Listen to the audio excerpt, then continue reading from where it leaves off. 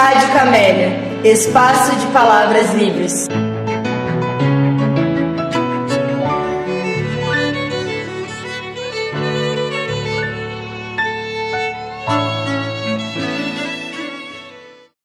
Muito bem, sejam todos bem-vindos ao programa Livre Pensar dessa noite, hoje, dia 8 de maio de 2017.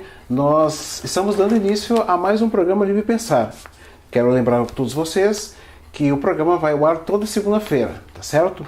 E a Rádio Camélia, o site é www.radiocamelia.com, está no ar 24 horas. Então você pode ouvir música, algumas entrevistas que a gente realiza com colegas, com os alunos, alguns trabalhos que os alunos produzem em sala de aula, a gente está disponibilizando aqui no site da rádio, que você pode acompanhar aqui com a gente, beleza?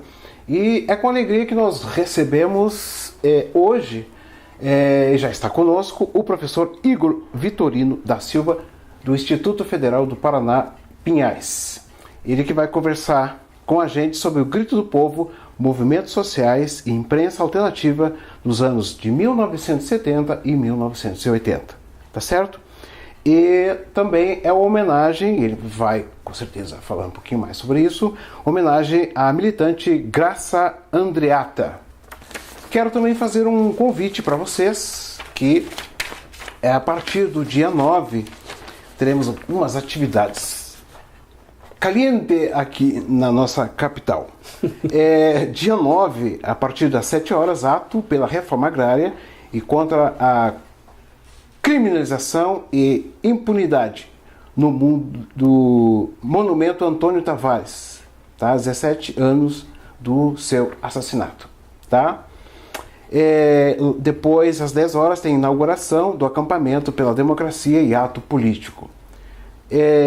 Às 13 horas e até mais ou menos às 17 horas, conferência no acampamento em defesa da Constituição Federal e da democracia, os desafios da classe trabalhadora, com João Pedro Stedley, do MST, e Beatriz Cerqueira, CUT, Minas Gerais, representante dos advogados pela democracia e representante da Frente de Juristas pela Democracia. E às 19 horas, por volta das 20 horas, isso, lembrando, é no dia 9 de maio, Vigília Interreligiosa pela Democracia e os Direitos dos Trabalhadores na Central de Curitiba, Praça Tiradentes. E o dia 10 de maio, às 9 horas, Assembleia Nacional dos Movimentos Populares, as Tarefas de Período Histórico.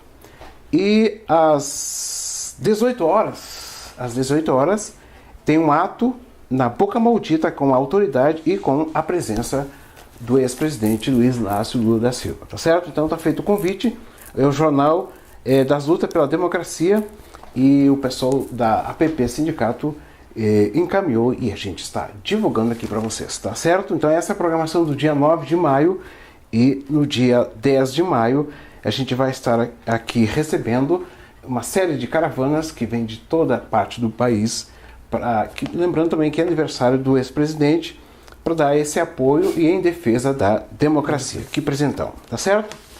Vamos então dar início ao programa de hoje com o nosso convidado e eu quero que ele se apresente e mais uma vez seja bem-vindo, professor Igor. Obrigado, Paulo, pela oportunidade de vir aqui conversar com você nesse programa que é importante para a democratização da comunicação. O seu trabalho é fundamental do ponto de vista de criarmos outros espaços nesse monólogo que é a imprensa brasileira, de alguma forma, e de mostrar que nós temos diferentes, vamos falar, escalas, de diferentes escalas, na local, regional, nas diferentes articulações, tentativas altruístas ou não para criar aquilo que nós chamaríamos da democratização da comunicação, que talvez seja o grande tema que envolva o seu trabalho e até a nossa discussão de hoje. Mas que não é minha especialidade, eu digo para vocês que a minha especialidade não seria a comunicação em si, e nem em particular a imprensa. Eu sou historiador, eu sou formado pela faculdade, na Universidade Federal do Espírito Santo, formei em História. Assim como formei em História, acabei fazendo mestrado tentei, né? Eu fiz pelo menos as disciplinas de mestrado no Instituto Federal, no Instituto de Planejamento Urbano Regional no Rio de Janeiro. Aí depois voltei para Vitória, acabei não defendendo, e aí depois passei no concurso público e fui pro Mato Grosso do Sul. No Mato Grosso do Sul, também lá me instituí professor do campus Nova Andradina, e no ano de 2015 acabei me transferindo para o campus Pinhais, né? E nessa trajetória minha, né, acabei sempre envolvido ou com o movimento estudantil ou com o movimento social, e aí você tem essa que fala, né, na realidade a questão da militância, das discussões políticas e principalmente também da questão do estudo. Como professor, tenho priorizado, penso, né, principalmente que nós enquanto professores temos que priorizar mais do que simplesmente o ensino do conteúdo ou do cumprimento disciplinado que é a escola, mas como a gente o seu programa já disse, né, como constituir um livre pensar. E tenho pensado que esse livre pensar tem que ser discutido enquanto as nossas disciplinas a partir da prática da pesquisa, né? Como é que você vai pensar se você não sabe, inclusive, discutir a partir de que você está pensando, de quais são os limites, né? Eu acho que o aluno teria hoje, né, no caso em História principalmente, quais são os mecanismos de produção do conhecimento histórico, né? E também a discussão, né, quais são os mecanismos da produção da imprensa. No caso particular, porque nesse tema, né, Grito do Povo, movimentos sociais, é porque eu tenho desenvolvido uma pesquisa que pertence ao mestrado, eu estou fazendo mestrado em História, aqui na Universidade Federal do Paraná, meu orientador é o professor Luiz Ribeiro, e a ideia desse mestrado era eu tentar resgatar inicialmente a história dos movimentos de invasões de terra no Espírito Santo. Eu sou capixaba, e durante os anos 60, Vitória sofreu uma transformação, que provavelmente o Paraná também, uma transformação imensa, articulada ao que nós vamos falar, uma transformação do país nos anos 70, que alguns chamam de modernização conservadora. E essa transformação envolveu o que nós vamos chamar um deslocamento, né, um deslocamento por modernização do campo, né, um deslocamento populacional imenso que transformou as cidades, né? Cidades que, na realidade, não se transformaram simplesmente porque as pessoas se deslocaram para lá, mas que a forma, vamos supor, alguns acreditavam na época que o problema da cidade seria a explosão demográfica e que, portanto, o acesso não à moradia, ao melhores empregos estaria implicado nessa explosão demográfica acelerada, né? Mas estaria, alguns depois vão mostrar, outras vertentes, que estaria ligado a uma outra coisa. A explicação, por exemplo, que está muito presente na imprensa, isso que eu vou discutir aqui, vai ser sempre que o migrante é um problema porque está inchada a cidade, e é o inchaço da cidade que provocaria as condições de vidas precárias e o não acesso à moradia, e não a forma em que se produz a moradia, e não a forma em que se tem acesso à terra, que é a propriedade, o que é a forma de mercadoria, ou que a própria terra, neste processo de modernização conservadora na cidade, se tornou também um meio, ou seja, a própria cidade também era o grande locus de investimento, ou seja, você tem uma expansão industrial, no caso em Vitória e por aqui também, uma expansão industrial que também transforma a terra em uma forma de acumulação. Se a terra também, a renda da terra definiu o acesso à terra e as condições as condições de sobreviver. Então essas transformações que de alguma forma marcaram determinados lugares do país a partir de uma articulação no caso de Vitória, teve uma articulação chamada Grandes Projetos, implicados na integração de Vitória com a economia nacional e internacional. No caso de Vitória, era portos e a siderúrgica, né? Então você tinha a introdução de siderúrgicas, essas siderúrgicas em torno de um porto de Tubarão, exportando minério e produzindo aço, ferro e aço. Siderúrgica, então quer dizer, você teve um início, um grande agenciamento de gente para construir essa grande obra. Provavelmente aconteceu alguma coisa aqui também, que eu não sou historiador, eu desconheço um pouco a história do Paraná, mas nós tivemos Itaipu, ou seja, uma ida de um aglomerado, de agenciamento de pessoas de trabalho, né? E essas pessoas têm que morar em algum lugar e elas vão constituir lugar. Que é isso que é interessante, né? Como as cidades, ao mesmo tempo, são produto do capital, mas ela também é produto de pessoas que se articulam não necessariamente contra a propriedade, mas se articulam para ter a propriedade. que engraçado ou não, você tem então a instituição morar em grotões, ocupar mangues, subir a morros para ter acesso a essa casa. Que essa casa vai representar, de alguma maneira, esse imigrante, a melhoria de condições de vida. Essa casa que para nós, ou para o jornalista que está indo lá, é a miséria, é a destruição. Para essas pessoas que estão, é a possibilidade de se ficar na cidade. Isso também acho que eu tenho tomado muito cuidado quando estou lendo os jornais. Isso que vamos discutir aqui, quer dizer, qual sensibilidade nós temos ao ler os jornais, né? Então, é a partir dessa pesquisa que você me chamou aqui para a gente discutir. E interessante que neste momento, né, no caso preciso, né, no caso em Vitória, não sei se aqui também teve vários movimentos de ocupações de terras, de invasões, de ocupações, como a possibilidade de comunicação, como havia nesse momento, quer dizer, entre 74 até 84, nós temos, a historiografia vai chamar o período de transição política no Brasil. Ou seja, você teve um regime militar que ele constituiu uma forma de governo, retirou direitos, instituiu órgãos de perseguição, de sistemática de vigilância sobre a sociedade, um sistema de controle de vigilância, inclusive com repressão, que seria, de alguma maneira, foi infinitamente superior àquilo que se opunha a ela. Então, a repressão no Brasil, ela era, vamos supor, bem maior, para o aluno entender, ela, vamos supor, 100 vezes maior ao número de guerrilheiros que se colocavam contra o governo. Mas foi o momento em que o governo constituiu sua legitimidade. A oportunidade de legitimidade do regime estava em combater os rebeldes e perseguir esses inimigos. Mas, ao mesmo tempo, esse Estado, ele criou, o que nós vamos chamar, que nós também temos que entender, ele se recriou, ele se reformulou, produzindo o que nós vamos chamar uma modernização conservadora, né? Eu não sei se essa categoria, gente, não podemos discutir, se ela é cabível, mas toda modernização ela tem realmente algo de moderno, de conservador e de moderno. Eu não sei se todo moderno é não conservador. Claramente demos essa categoria de conservador, porque essa modernização ela é eminentemente econômica, sem nenhum tipo ela concentra renda, de alguma maneira, foi isso que aconteceu, uma modernização, uma passagem, uma transformação modernização do Estado, da economia, sem participação popular e com concentração de renda e com a ascensão de um pequeno grupo que seria a classe média.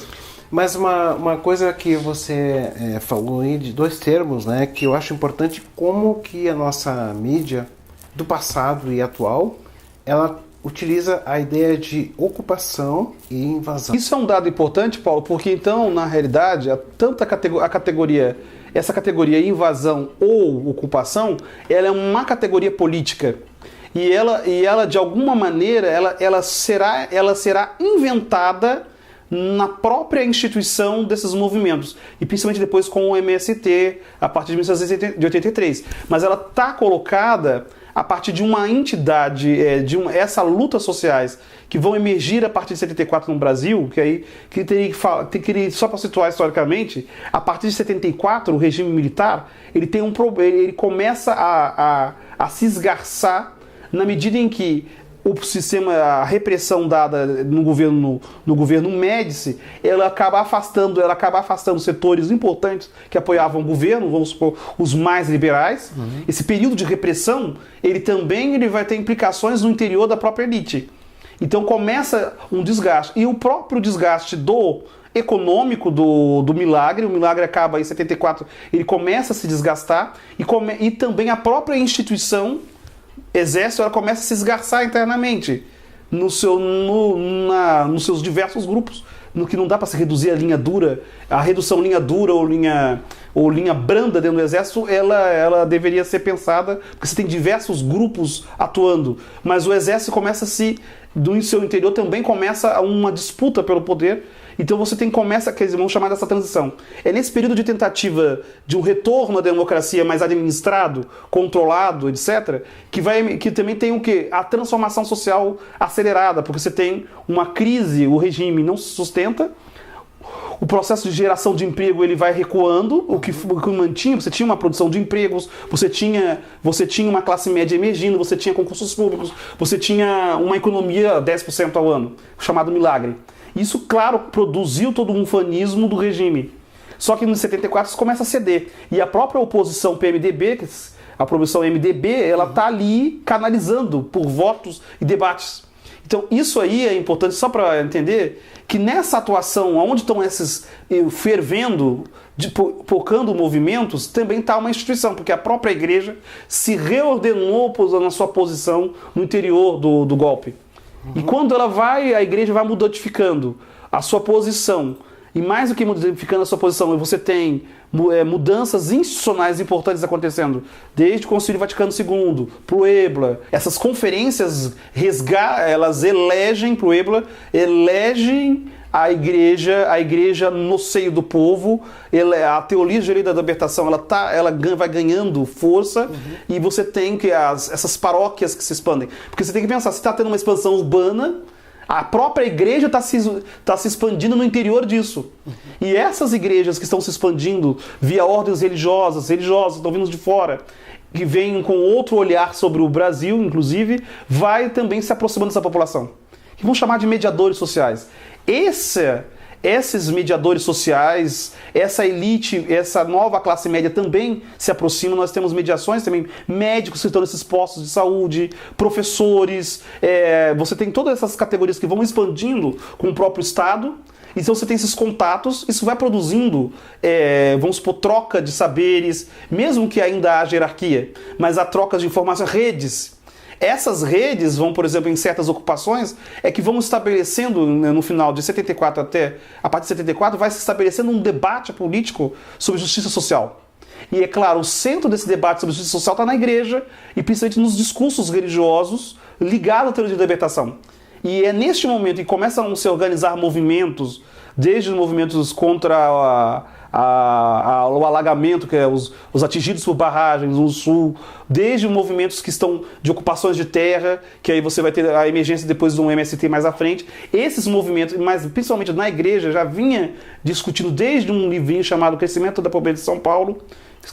Como é que é o nome? Crescimento da Pobreza em São Paulo. Tá. É um livro fundante que nos anos 70, Fernando Henrique, Camargo, e outros, que junto com a igreja fazem todo o diagnóstico dessa metrópole que emerge em São Paulo, da pobreza, toda a desigualdade do regime. É a desigualdade do regime que é a pauta que vai virar até 88. E essa desigualdade ela é que vai dar um outro conteúdo à palavra ocupação ou invasão. Nos jornais você vai perceber que as populações falam em invasão.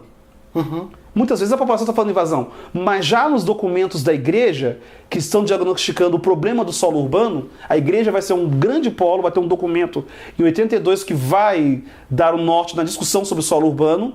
A igreja canaliza as discussões que estão no interior da universidade e cria e vai ressignificar. Então esse conceito que nós estamos falando de invasão é uma invenção, que é o conceito de ocupação, é uma invenção contrária à invasão, mas é um conceito ético-político que está em disputa e que foi agora reformulado recentemente com os novos movimentos, os movimentos de moradia, etc., que são outras formas de organizar. Mas nos anos 80 ele já está presente vamos supor, nas cartilhas, ele já aparece no debate político de quem está mediando. E aí isso é importante porque então você tem nos anos 80 a criação mesmo. Porque o que seria então a ocupação? Seria, na realidade, a realização do direito.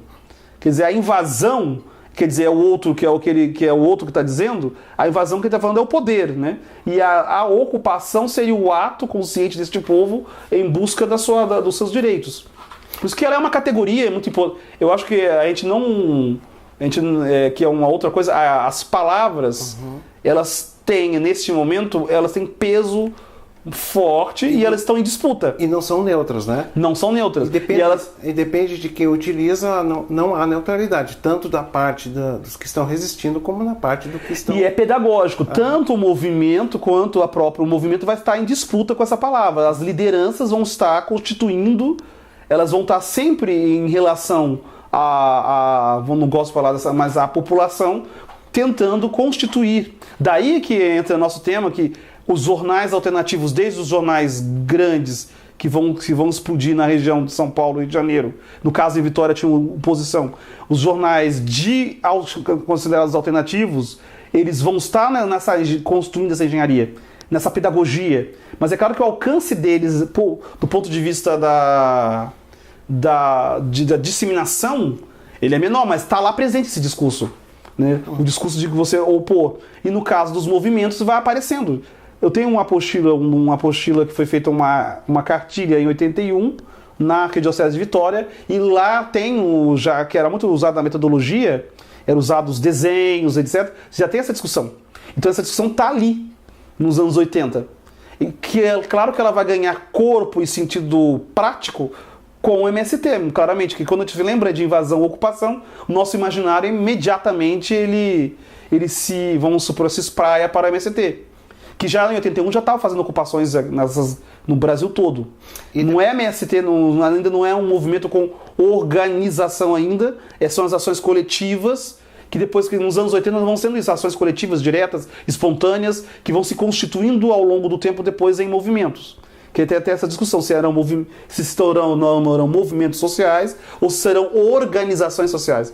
Que você sabe que tem essas polêmicas que não é um domínio dentro da área. Tem para os alunos entenderem que tem uma grande maioria que advém aí dos movimentos da Igreja Católica, nesse período há uma descentralização do poder da Igreja Católica. Né? Então, há uma tentativa. Então você tem aí o surgimento das comunidades de base, né? Que são as SEBs, que é a organização nas periferias dessas comunidades, né? Isso. Que organização essas são o quê? Pela retomada de direito de esgoto, de água, né? Que era um pouco esse período aí que você estava se referindo. Porque na realidade é isso que eu estou te falando, que eu me esqueci. Tem Puebla e tem os outros encontros. Na realidade, o Paulo, há na realidade uma grande questão central da igreja no século XX, que é a disputa sobre sua hegemonia. Medellín, né? Não. Medellín, é isso, Medellín e Puebla. Só que você tem que a igreja no seu contexto europeu e o mundial, ela tem uma discussão sobre a sua hegemonia no século XX. E a sua hegemonia, ela tem dois problemas, que é a própria modernidade em si, quer dizer, a questão das paróquias e a sua transformação pela urbanização, como manter fiéis na igreja.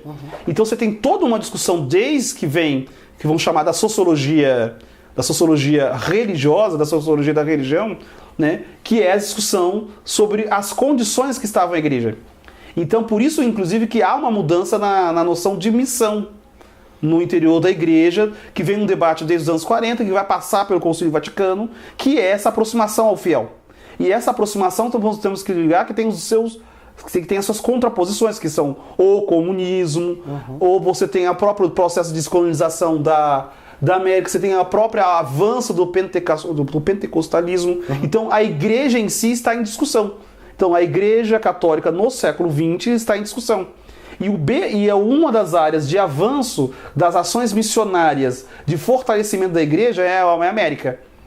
E a América, ela ganha, a partir, por exemplo, o padre mais importante, a igreja, por exemplo, ela é central no diagnóstico do problema social. Desde o século XIX, e isso vai ganhar mais força com o padre Lebré, no humanismo, na criação do planejamento, a ideia do planejamento enquanto um instrumento possível para a mudança das condições de vida, está em Padre Lebré. Padre Lebré tem uma importância muito grande no planejamento urbano e regional no Brasil.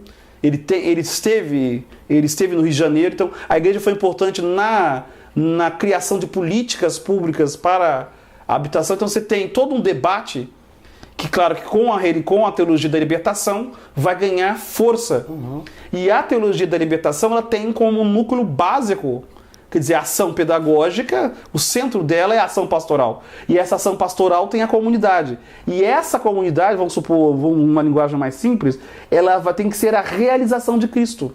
E a realização de Cristo você tem que ter... Aí tinha um método, né? Tem os métodos da ação católica, que você vai fazer o diagnóstico da realidade, você vai ver como transformar essa realidade. Mas, quer dizer, a ação, a libertação, a salvação é a transformação do homem.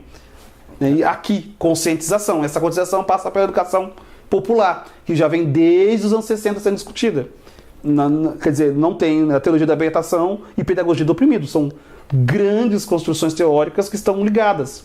instrumento. Então essa teologia da libertação, ela teve uma forte importância na produção de lideranças e na constituição de um campo mesmo, um campo político, ideológico, ético e político de uma utopia brasileira para a transformação. É claro que ela tinha um diagnóstico da realidade que muitas vezes não... Ela era uma utopia, e sendo uma utopia, ela é uma tentativa de transformação da realidade. Não que nós podemos... Ela teve seus problemas, tipo como, por exemplo, a dualização do mundo, que é o mundo, as questões do pecado, né? São o que era o grande pecado do mundo? Do capitalismo. Então a libertação estaria ligado à condenação do capitalismo. Quer dizer, e aí você tem toda a leitura, você tem os textos do prof. Frei Beto, do Frei Leonardo Boff, na construção metodológica para a construção dessa comunidade. Né? Mas aí, às vezes, por exemplo, essa análise, às vezes, de um ponto de vista, não compreendeu o tecido social, às vezes. Porque, às vezes, esse povo que se reúne, ele às vezes, não... Por exemplo, essa periferia é toda católica. Entendeu? Essa que nós temos que pensar já nos anos 80. Por isso que a história é importante. Essa periferia era toda católica. Essa SEBS, era todo mundo que estava na SEBS, estava organizado em torno dessas formas de organização, porque na realidade a teoria da libertação pressupunha também uma sociabilidade política. Essa sociabilidade religiosa é uma sociabilidade política. Claramente que entra em confronto com o próprio poder da igreja, que é isso que vai acontecer depois de João Paulo II, né? Um resgate da hierarquia. O resgate da hierarquia. Mas ela é importantíssima, né? Porque ela, de alguma maneira, ela é o centro dela é a organização popular. E essas lideranças estão no centro de todo o projeto social que, por exemplo, resultou no que você falou agora instantemente, né? Um pedaço de Lula está nesse chão. Um pedaço de Lula está nesse chão.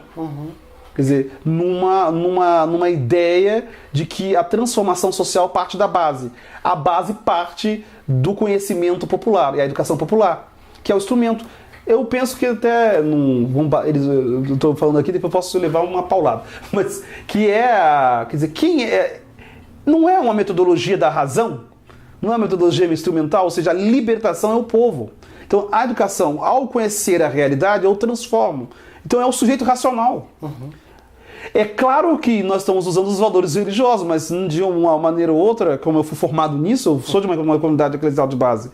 Na minha região onde eu morei, em Cobi, em região de Vasco da Gama, em São Vitória, a nossa região toda era ligada à comunidade eclesial de base. Nós fazíamos a missa, nós fazíamos tudo.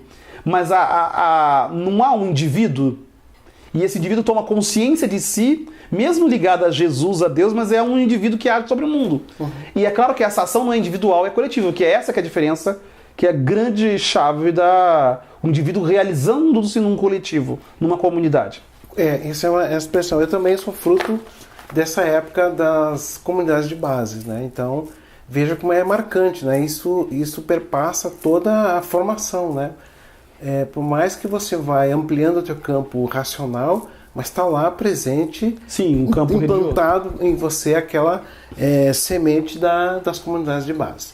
Mas é um projeto. Eu penso assim que nós, aqui eu estou, nós que estamos analisando, temos que entendê-lo como um projeto político e utópico, não como a realidade. Então, que aí é o que pode, por exemplo, de alguma maneira, que é a dinâmica de viver em comunidade. A comunidade não é, que aí talvez seja a visão utópica de comunidade, que aí tem vários estudos, né?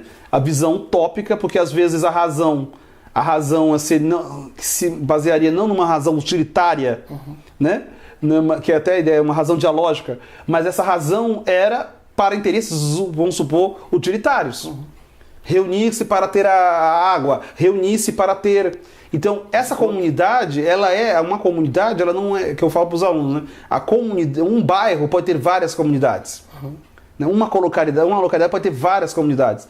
Então, de que comunidade nós estamos falando? E também a população, que é aí que eu acho que nós temos que tomar muito cuidado, é buscar a agência do povo. Ou essa palavra povo que que era o centro, né? Mas buscar também, talvez naquilo que nós dizemos que o povo estava errado, também esteja lá a agência do povo. Será que o povo era tão inocente assim? Às vezes, quando ele era clientelista, ele, por exemplo, optava em apoiar o deputado do MDB e não do PT, o povo estava sendo manipulado, ou o povo verificava quem poderia resolver a sua solução naquele momento. Então, havia ali uma agência que aí alguns os que vão dizer que é o imediatismo. A política imediatista destitui a organização. Mas o raciocínio da população, então era o qual? Quem pode me resolver o problema? Então há uma luta incessante nesse período. A comunidade eclesiástica não é algo dado, é algo construído cotidianamente, que levava enfrentamento com a ala conservadora da igreja, que levava enfrentamento com o partido. Então eu acho que esses anos 70 é um ano de grande constituição, que ainda está por ser estudado tudo. Então, assim, nós ainda só temos memória, nós trabalhamos muito com memória dos anos 70, que está em disputa, inclusive, contemporaneamente, sobre o que foi esses anos. Mas ainda a história é muito pouco ainda investigada. A história, ou seja, a partir da documentação, a partir de focos, a história vai nos revelar outras coisas muito mais que não é o que, de um ponto de vista, o que a direita atual quer, e nem de que um campo ideológico de esquerda quer. Porque nós temos que, por exemplo, abrir toda a documentação que está fechada, ou criar políticas de abertura de arquivos. Né? Nós vamos ver outras coisas. E esse grito do povo, que de uma certa forma a Igreja Católica conseguiu reunir, esse grito também vai para a imprensa, né? Sim, que é isso que é interessante. Como, por exemplo, essas lideranças, essas formações aí, que a ideia da formação, a importância da formação da liderança, que talvez é isso que a esquerda contemporânea tenha perdido, porque nós estamos falando de anos. Então, aquilo que talvez nós estamos vendo explodir em 78, 79 e 82, estamos falando da questão da formação, da ideia de formação e também de constituição de veículos. Então, você vai ter a produção de jornais por todo quanto é canto, com as mínimas possibilidades. Então, você tem, de um lado, por exemplo, igual o grito, quando forma-se o bairro São Pedro, e você tem, logo após as sucessivas invasões, você tem a constituição de um bairro, aparece o que logo uma associação comunitária, e essa associação comunitária, mas a primeira vencedora, vai ter um jornal. Né? E você tem um jornal, por exemplo, que foi liderado pela Graça, por exemplo, a Graça, que tem uma... Por exemplo, é o que eu estou falando, você tem uma trajetória diferente de toda aquela população, mas que constitui um jornal.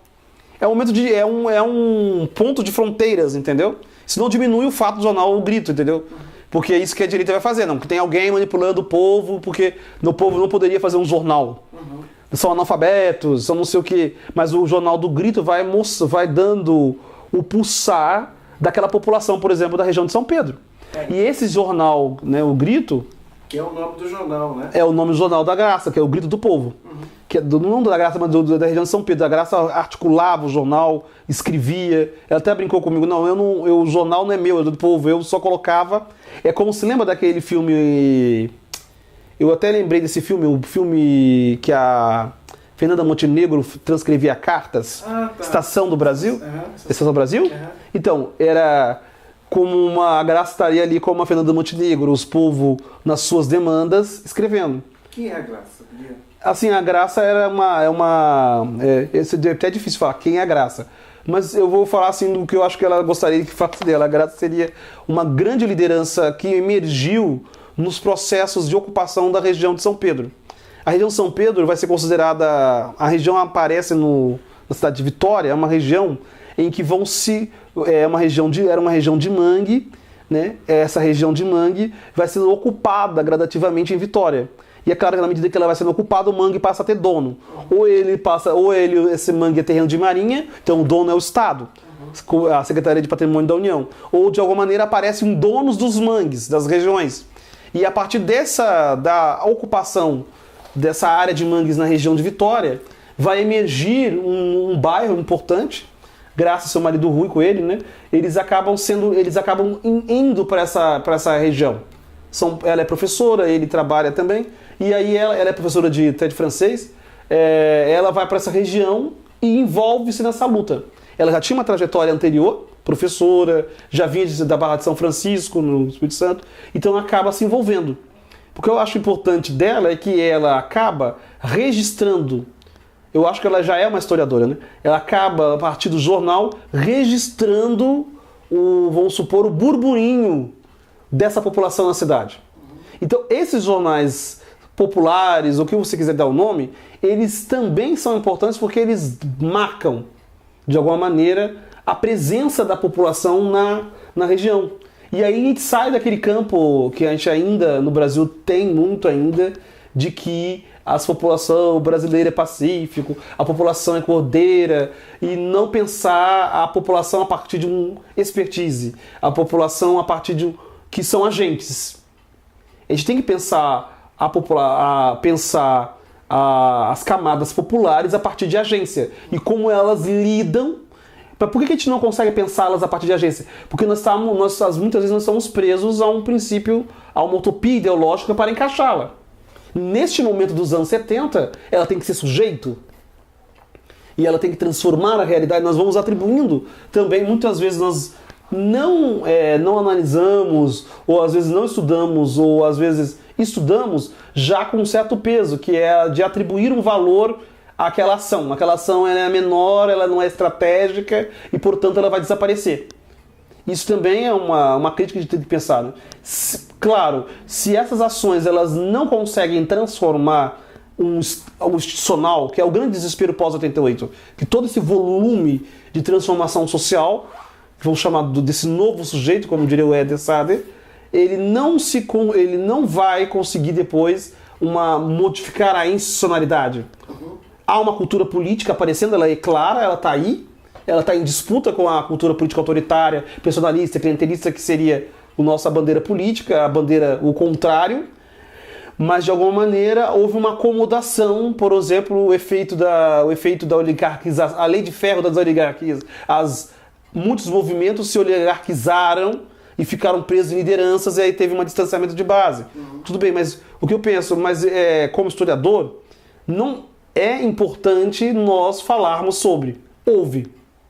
E aí o registro, tanto no jornal, mas você fala, mas o jornal grande, ele manipula, com certeza. Mas se ele registrou, tá lá. Quer dizer, a maneira de ler, que é aí que é a grande questão, talvez, em escola. Como criar maneiras de ler o jornal? Como criar estratégias para descobrir o que o autor queria que nós soubéssemos e o que nós podemos saber a mais. Isso não dispensa a leitura do jornal, por exemplo, para entender como a população se movimentava, como ela agia para construir estratégias de sobrevivência.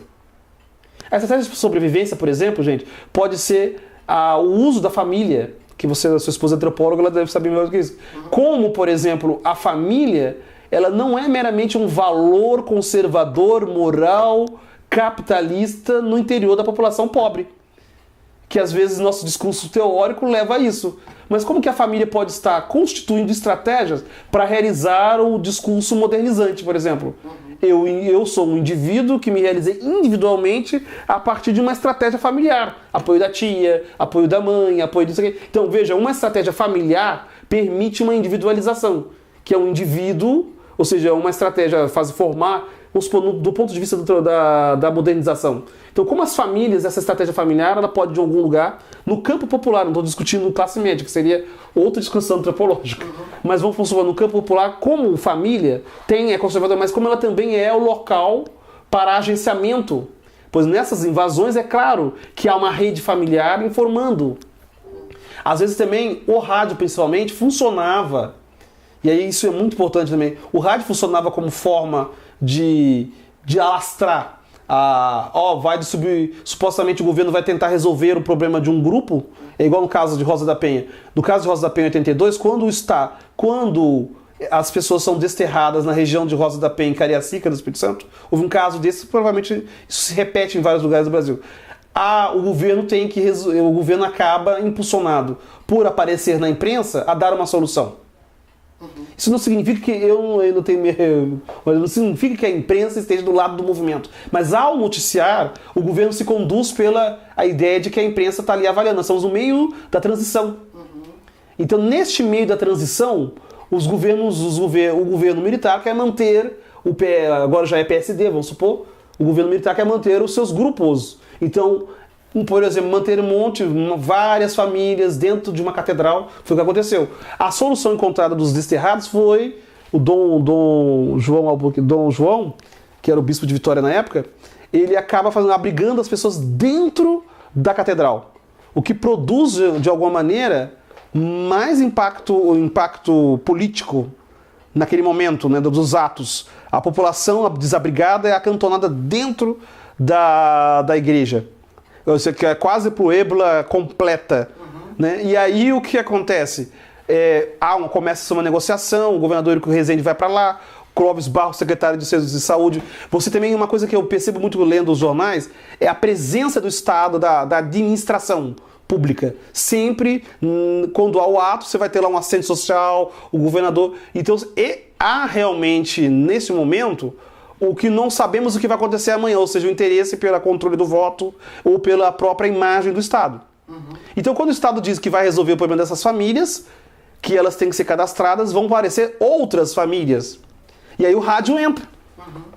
Mas por que o rádio entra? Porque esses radialistas também, de alguma coisa, vão assumindo.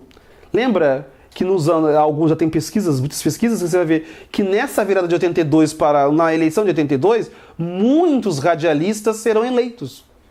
Por que esses radialistas vão ser eleitos? Naquilo que, dentro da teologia da libertação, está sendo questionado, dos movimentos, clientelismo, mas isso nós temos que também ter uma leitura bem crítica. Como quer dizer, alguém que solucionou o problema. Então, esse vínculo popular está ligado à solução do problema. Então, acho que nós temos que discutir bem mais. A primeira crítica é o uso clientelista e populista da miséria alheia. Do outro lado, nós podemos discutir quem é que resolveu o problema. Porque os rádios faziam isso, eles captavam. No caso, o próprio governador de estado eleito de Espírito Santo, Gerson Camata, ele acende de rádio.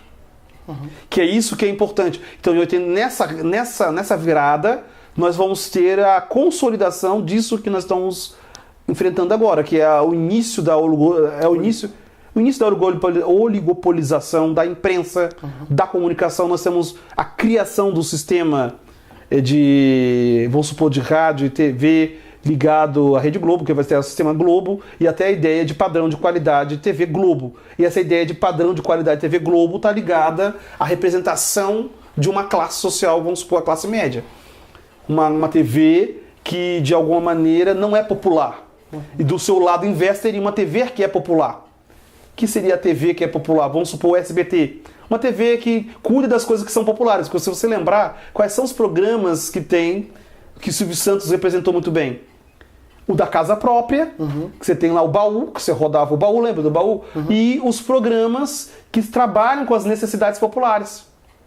Programas de gostos populares, né? Esses programas de gostos populares, eles enfrentavam o padrão Globo de televisão nos anos 70, que o padrão Globo de televisão não entrava, vamos supor, o que você vai chamar aí, tirando Chacrinha, né, que está no meio ainda, mas esse não é um padrão Globo, né, que seriam dessa...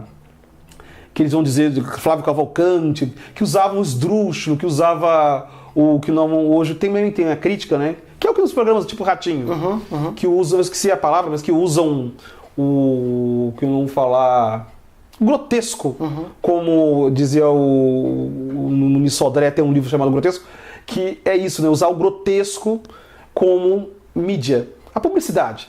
Mas isso é importante falar porque este popular que se coloca em oposição a um padrão qualidade Globo, que é o padrão tipo Jô, fala baixo, manso, intelectualizado. Esse padrão, esse choque, é choque de dois Brasis. Agora, como, de um determinado momento, esse tipo de mídia vai de alguma maneira controlando e se comunicando com essa população. Que é a população que está em choque, vamos supor, que está em disputa com esse discurso, ou com essas movimentações, a forma de organizar. Porque é isso que é importante, quer dizer, a ideia, como você falou, organizar a população era o centro da...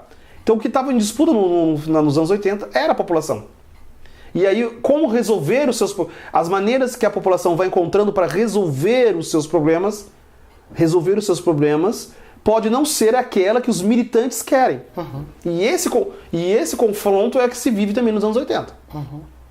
E uma coisa também atual é como que os movimentos sociais, o povo, ele é retratado pela grande mídia. É jornal, revista, né? Mas aí sim, né? Às vezes, no caso meu, você tem que fazer a diferença. O movimento social, vou supor, o movimento social pode estar manipulando o povo, então você tem a distinção. O movimento vai estar reduzido a lideranças, sempre o movimento vai estar tentativa do movimento é reduzida a lideranças, e essas pessoas são vítimas dessas lideranças, né? No caso, esse tipo de perspectiva que vai estar mais claro quando você vai analisar a MST.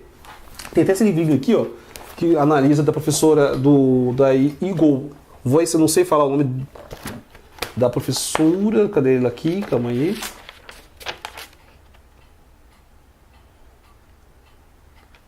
É muito interessante esse livro. E aí, o Eagle, eu acho que é ele mesmo. A Eagle, aí tem esse aqui analisando matérias da Veja, entendeu? Sobre a MST. Né? Sobre a MST. Porque eu acho que é importante, não estou falando muito, que é essa questão mesmo da imprensa, né? Gente, se a nossa... que na realidade a imprensa, se ela... Aqui eu deixei fotos de jornais da época, a maneira em que ela produz a matéria, né? Se essa matéria ela é simplesmente informativa ou se ela já é uma opinião que nos quer envolver de tal maneira que essa opinião leva a gente não usar, inclusive, o nosso diagnóstico crítico. Então nós lemos a matéria como um dado de fato, que não precisa ser discutido. É como se fosse uma sentença, dado que nós pressupomos que é isso que estava no século... Nesse período também dos anos 70, era muito legal também discutir isso, há um embate muito grande da discussão sobre o que seria fazer jornalismo e o que seria um jornalismo sério. E da criação da identidade de jornalista, que estaria em choque com a literatura, com aqueles que não se formaram a partir do curso de comunicação, que a ditadura militar também se preocupou muito com qual é a imagem da TV, por isso que a Globo acende enquanto padrão de qualidade de TV, um padrão moralizado de televisão, e do outro lado você tem também a discussão, o controle sobre a imprensa a partir da profissionalização de jornalistas e do que é um texto jornalístico. E esse texto jornalístico, claramente, dentro desse ideário que nós constituímos de que o texto é objetivo, que o texto é neutro, que aquilo que são notícias, se tornou notícia porque é importante para quem. E isso porque isso que nós, quando estamos diante de um texto jornalístico, a gente tem que ter a habilidade de pensar quem produziu, a partir de que contexto, quem é esse jornalista, se não assinou, qual era essa redação, qual a relação do jornal com o jornalista. Há uma tensão forte, há uma tensão forte. Não podemos tratar o jornal como monolítico, né? Há também aquilo que eu te falo, o jornal às vezes ele pode estar, o interesse que está em jogo. Então assim, não podemos entrar no maniqueísmo, mas a gente tem que pensar o que está em jogo e como o jornal vai se posicionando, que é o que eu estou querendo fazer na minha pesquisa. Na minha pesquisa eu estou querendo perceber, não se o jornal é a favor ou contra o movimento, mas como ao publicar as matérias, aparece o jornal se posicionando em relação. Muito com uma sutileza. Sim, que é essa que é a dificuldade da pesquisa. Que é muito sutil. Porque você vai às vezes você está pensando que é só um relato informativo, mas ele é mesmo. Os relatos jornalísticos são só relatos informativos, né? E no caso da nossa imprensa, alguns vão dizer que nós estamos na atual, nós estaremos evoluindo e não evoluindo, dado que nós temos não temos uma pluralidade, nós não temos múltiplas vozes na imprensa. Na América Latina acontece isso. Você tem o jornal, em alguns países da América Latina, a Argentina tem isso. Você tem o jornal oficial e tem uma contrapartida, um jornal alternativo. Né? Sim, aqui no Brasil nós não temos. Não tivemos lei de e-mails e a ausência de lei de e-mails produziu o que nós temos. Né? No momento em que havia, por exemplo, a hegemonia lulista, ela não foi incapaz de produzir uma televisão e acabou, né, em um momento maior ainda, acreditaram, né, num pacto com esse tipo de imprensa. E o que não surgiu foi o fortalecimento, o que se esperava, o fortalecimento das rádios comunitárias, né? Mas é isso que eu queria te dizer. No contexto da transição do regime, quem estuda muito isso, você tem na transição do regime militar as concessões de rádio e TV. Claramente também o governo percebia que a monopólio da Globo também era um problema, acabou negociando com o Silvio Santos, aí, vendendo partes, né, da TV Tupi, mas você tem também as concessionárias, né? Uhum. Você tem essas concessionárias se ramificaram nas estruturas de poder familiar, que até que eles chamam de coronelismo midiático, né? Uhum, uhum. Você tem a relação das famílias com o controle de televisão. E as concessões de rádio e TV estiveram articuladas também a negociações políticas dentro do governo Sarney pós-regime. Então foi moeda de troca na discussão do regime. Tá. O que levou a um monopólio. Por exemplo, agora, os eventos que ocorrem, por exemplo, na Venezuela, né? A governabilidade midiática e a... Pode ficar à vontade. E a governabilidade midiática e os poderes, não, as negociações políticas em torno disso. Então, esse acompanhamento que eu acho que faz o Observatório da Imprensa, outros movimentos, que permite nós observarmos essa teia muito próxima. Então nós temos um monólogo. Esse monólogo se dá naquilo que a gente pode pensar também, como na medida que há um jogo de crenças. Né? Então os jornais que se consolidam, é claro que agora estão desaparecendo, os jornais escritos. Você tem que lembrar que os jornais escritos eles têm um raio de alcance muito baixo. Porque você tem que lembrar que nos anos 70 ainda a escolarização era pequena, então esses jornais eles têm uma ligação também muito próxima ao poder. Então, mas aí você pensa o seguinte, que esses jornais, no caso dos anos 70, eles têm um público. Então eles imaginam um público, inclusive. Porque nós não temos controle de para quem nós estamos produzindo o jornal. Então você tem um público que você imagina que ele é assim, e aí por imaginar que ele é assim atado ou por um perfil, você produz aquela notícia, ou produz aquele produto, ou aquele programa. Então você tem uma imaginação social operando também em torno disso. Então vai operar censuras. Vai operar, inclusive nesse filme de Hitler Voltou, eu brinco que no filme, o que Hitler Voltou, não sei se vocês já viram esse filme, acho que tem um filme que o Hitler voltou, que ele acorda e está no meio da Alemanha contemporânea, e aí tem toda uma discussão, ele volta discutindo, tentando um problema, e aí eu perguntei para os alunos quem seria o sujeito do filme. E a metade dos alunos diziam Hitler, eu dizia não, é a mídia. Porque na realidade, como ele reaparece à população, é quando há uma reunião em que definem como eles vão discutir sobre Hitler e reapresentá-lo. E ele reaparece na Alemanha, e aí você tem a mídia. Que aí você falou uma coisa importante, tem um sociólogo, jornalista, que o Perseu Abramo, que ele também tinha um livro que ele fala dos padrões de manipulação da imprensa. Mas eu acho que tem que tomar muito cuidado quando a gente fala padrões de manipulação, essa manipulação ela tem que estar em contato com algo verossímil. Então, na realidade, como diria lá o Sertor, tem que ter uma apropriação. Então, não é vítimas só. Né? Não é vítimas. Não só tem vítimas, mas eles têm que produzir um produto próximo. E é claro que aí que eu te falei, há um padrão, por exemplo, um padrão de classe média. Essa classe média se vê nesse tipo de imprensa. Então, portanto, eu não posso dizer, por exemplo, simplesmente que a Veja ela é manipuladora só. Ela é porque tem um outro grupo, mas a Veja é para um padrão, um grupo. Esse grupo que está lendo Veja, ele não é simplesmente um grupo, ele é desorientado, é falta de conhecimento. Eu não sei se é verdade essa hipótese. Que as pessoas que estão lendo Veja é simplesmente por falta de conhecimento que elas acreditam no que está escrito lá. Há um produto constituído, né? E aí ele até falava que você tem o quê? A estratégia da ocultação está ligada ao público que você vai escrever. Que é você ocultar um tema, você levar um tema. O nosso problema no Brasil está na monólogo. A imprensa, como diria, ela sempre terá um dono, então você tem que ter um jornal. A imprensa nasceu como um jornal político. A história da imprensa é a história da política. Foi a imprensa que vulgarizou a Vulgata Liberal, foi na imprensa. Essa imprensa, por exemplo, que nós chamamos sensacionalista, ela já está na imprensa desde da sua história. Getúlio Vargas soube usar isso muito bem. Sim, e essa imprensa, sensacionalista está lá que usa o escândalo, como está lá na Revolução Francesa, que o escândalo era a forma, os jornais, os libelos que falavam de coisas ocultas, está lá, já está, como Darton diz, está nas redes de intriga que constituíam a vida e sociedade na França. Agora lembra que numa democracia liberal, em que a base dela é a disputa entre candidatos, como é que eu destruo um candidato ao outro? Então a lógica da própria imprensa é a difamação. É a desconstrução do outro pelo ataque. É a reputação. Se a reputação é o centro da democracia liberal, como é que eu destruo um candidato? É pela luta de guerra. Então isso que nós estamos vendo contemporaneamente faz parte da própria forma e lógica da democracia liberal. Não tem contradição na democracia liberal que está acontecendo com a reputação do Lula.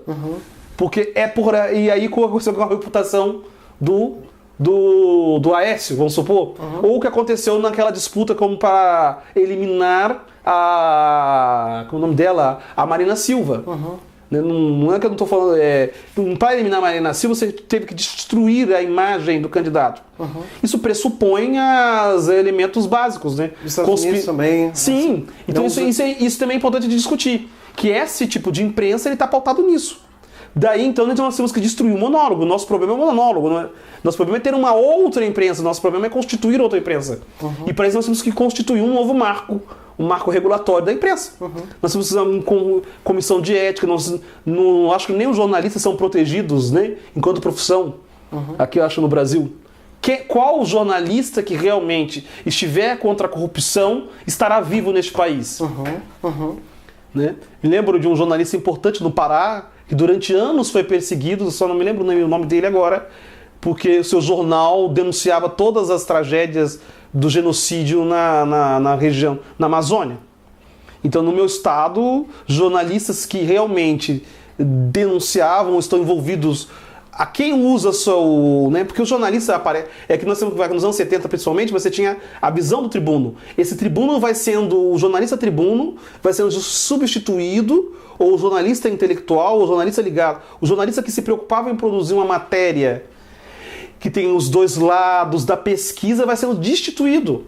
Isso não só no Brasil, mas na Europa e nos Estados Unidos. Então, a imprensa, aquela imprensa clássica de qualidade, ela também, como nossos em todos, ela também está precarizada. O profissional jornalista, depois se alguém quiser me corrigir, pode falar aí também, a profissão do jornalista está presa às condições de trabalho estabelecidas pelo monopólio. Não veja o que fez agora com diversos comunistas dela.